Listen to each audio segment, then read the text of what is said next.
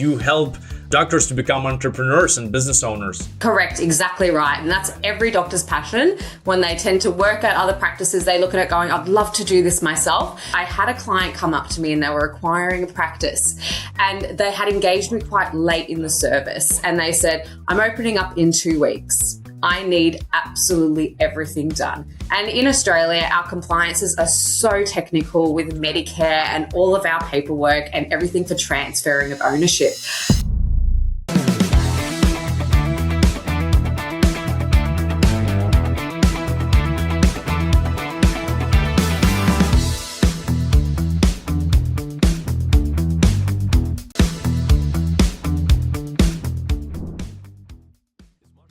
Hello everyone, welcome to One Thing That Worked. Today my guest is Stephanie Portoglou, who's a medical business consultant. Stephanie, welcome to the show. Thank you so much. So tell us about your company. What do you do? Yeah, certainly. So I have built a healthcare consulting company. I've spent over 15 years working in the healthcare industry, particularly in medical practice management, business operations, and throughout that time, I kept on seeing the same thing. Doctors are incredibly skilled at looking after their patients, but when it comes to opening up and acquiring their own medical practice, they've seemed to found a bit of a struggle in doing so. And then that's when I came in and I created the healthcare consulting business. And this is to be that person behind the scenes to help practitioners on their journey through operational setup, to starting up their medical centers, acquiring their medical centers, and being that person through that entire journey all the way through and supporting them so they can continue focusing on their patients while I help the business grow and flourish and operationally move. Wow, this is very interesting. Consulting industry. So you work with doctors who are ready to start their own thing. You help doctors to become entrepreneurs and business owners.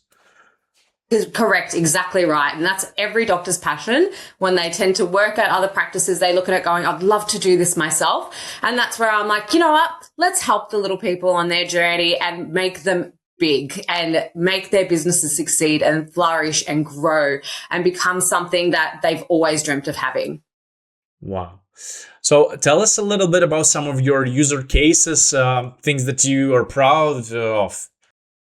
Yeah, certainly. So I have had a fair few challenges along the way. And one of the biggest challenges I had, which I was so proud of, was I had a client come up to me and they were acquiring a practice and they had engaged me quite late in the service. And they said, I'm opening up in 2 weeks. I need absolutely everything done. And in Australia, our compliances are so technical with Medicare and all of our paperwork and everything for transferring of ownership. And I ended up accomplishing it perfectly and streamlined within the 2 weeks. Don't ask me how I did it. It was a miracle in itself, but that was one of the best things that I did. And one of the other things that really stood out for me in my career path was when I worked for a clinic and we actually made it the epitome of a perfect operational practice. We were always innovative. We always looked at enhancing business. And when I came on board, they had about 3 to 4 doctors, and then we built it up to 16 doctors within a year or two. So seeing that growth and supporting them and then making the business so profitable was something that was super rewarding for me, and starting off with barely any profit to then building it up to be $1 million profits moving forward. Can you name the names of the clinics? We will show it up as B-rolls. I think I'll need to get their permission to name them first and foremost from a privacy perspective. But I'll definitely love to share it in future if people are keen to know. There is a lot of blogs on my website as well of clinic successes that I've done. So cool. Well, okay. So these people who don't understand how to run businesses, how to run clinics, you come in, you streamline the process or teach them how to do stuff. So for you, let me ask you the signature question of my show. What was the one thing, one habit or strategy or whatever that really was pivotal for you and that worked the most in your career and your business? Yeah. So the one thing that I saw that was pivotal and what changed in the industry is my competitors are very used to the typical consulting support where you just provide them advice, you give them some ideas and you move on. Whereas I get physically involved. I partner with my clients and my team partner with our clients just so that we can guide them the whole way through. We believe in a physical presence in order for us to do appropriate auditing. We don't just do, okay, we'll do a brief audit, then we expect us to implement these things and then they go off with it. We go in to see how the processes are running. Are they actually working? Is there anything with the team that they're finding as pain points? Because the business it's built around your team. That's what helps your business thrive. And that's what we want to do to support them. So we look at it, we review, and we see what we can do to help enhance, help develop, and just be there with them on a quarterly basis for a full week on site and help them all the way through. I mean, what are some biggest pain points that you help them solve? Yeah, so from financial, having a look at all their finances, that's a big pain point. I see a lot of clinics at a financial loss, not being able to even keep up with payroll of their staff, struggling to be able to make ends meet and build up revenue, where this is where we look at strategies to help implement things. We have a look and do an overall budget review. So many practices I've walked into have no idea what a budget is.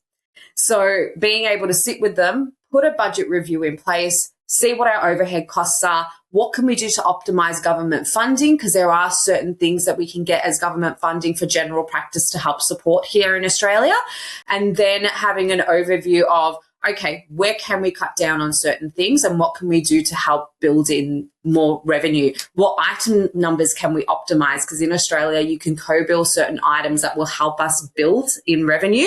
And a lot of doctors, unfortunately, have never had the training. The government doesn't supply the training for practitioners. And then that's what I do when I come in is I educate them, I train them, and I support them in going, this is what we can bill and this is how we can do things to help optimize and make the business flourish more.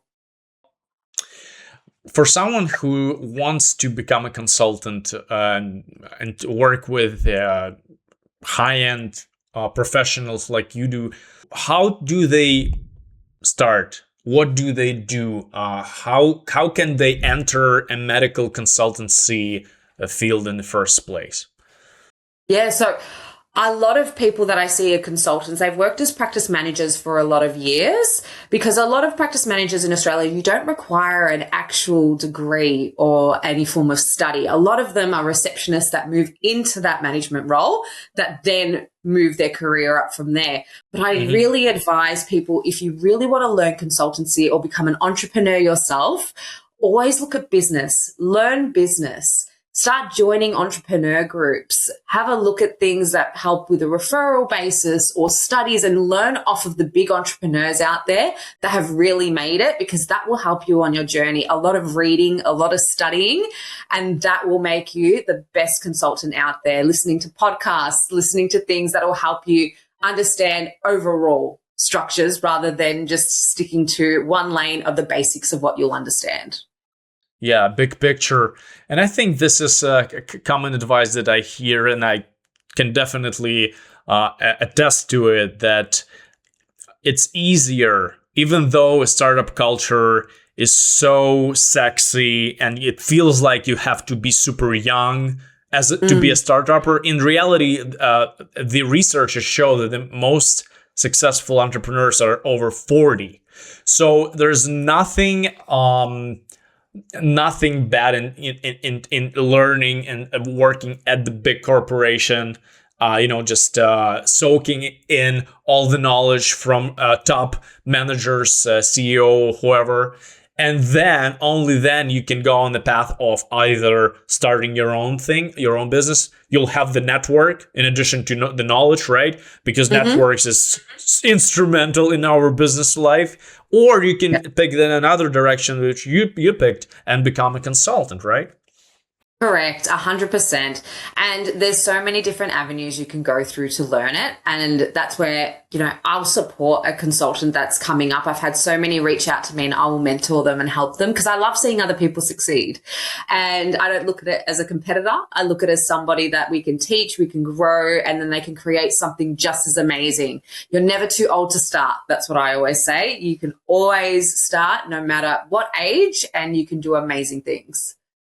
Let me ask you a few best things or most workable practices or approaches. So what is one thing that works best for you in terms of acquiring new clients? So the biggest thing that's worked for me has been more on a referral basis. Networking has been massive for me. Embedding myself in the right industries that work with healthcare professionals, getting a good partnership with them, develop the same values. So values is a big thing for me, and as well as working with the right partners is huge. And we want to make sure that we create that journey for our clients, that it's something that we can partner on and create. Like, I'm going to use a scenario here. There's a service that I've recently created that is in the 1%er. It's a service that's never been done before, and there was a breakdown in it. And I researched everywhere around between New Zealand and Australia if this service is in there, but it's not. So the service is more working with the IT integration. So when someone wants to change from one software program to another, yes, they've got their IT component. Yes, they've got everything there with the software component, but they don't have a middle person that can help them with the hard manual process that you need to move across, because not everything transfers within a transition. So that's where I physically come in and I go, you continue your day-to-day operations, you continue to go with supporting your team, helping them, and we will do the training on site, because otherwise they're on hold or they're watching Zooms and not everybody comprehends through a Zoom. And we will do the full on-site training. We will do the nitty-gritty manual transfer over. So when you're ready to go live, everything's already in the system and you don't have to worry about a thing. All right. And let me ask you about the financial literacy. What would you advise to all the entrepreneurs or people who want to become consultants, solopreneurs? What would be your advice in terms of keeping track of their finances, or how to basically become financially literate as a business person? Yeah, of course. Look, it's always good to sit down and create, like I say, a budget plan. Have a look at what your overhead costs are going to cost you. Review all of that and then see your structure of the service you're providing. What's the value of the service that you're providing? And how is it that you can create a service that will be cost effective, that will benefit the client and not drive clients away, but also be something that could help you within a profitable process. So always having a look. Consultancy isn't a big overhead business. There's not a lot of overhead costs within a consultancy business. It's only going to start being an overhead cost as you start growing, bringing more people on board, and salary and wages in any business is your highest cost. But IT is quite minimal. Your websites are quite minimal. Marketing is a really good big cost as well. But you just have to look at seeing, okay, how much have we got? How much can we leverage, and what can we do to profit? So having a look at your marketing plans, your business plan, review that, and on a regular basis, every 6 months, what can we do to improve and being innovative, looking at things that's going to help grow your business and make it more profitable through that process there. But do I understand correctly that you earn more, you increase your revenue by introducing new services, but also main thing by upping your price? Is that correct?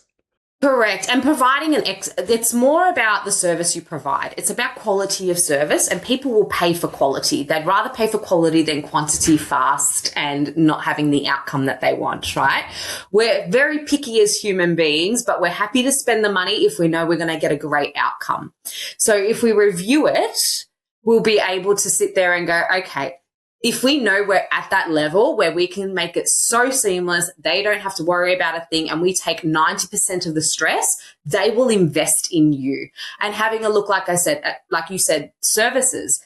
See what services you can implement that are additional things that are lacking in the industry, or what's out there that you can partner with something else or another company as a contractor, or things like that that can help bring revenue in.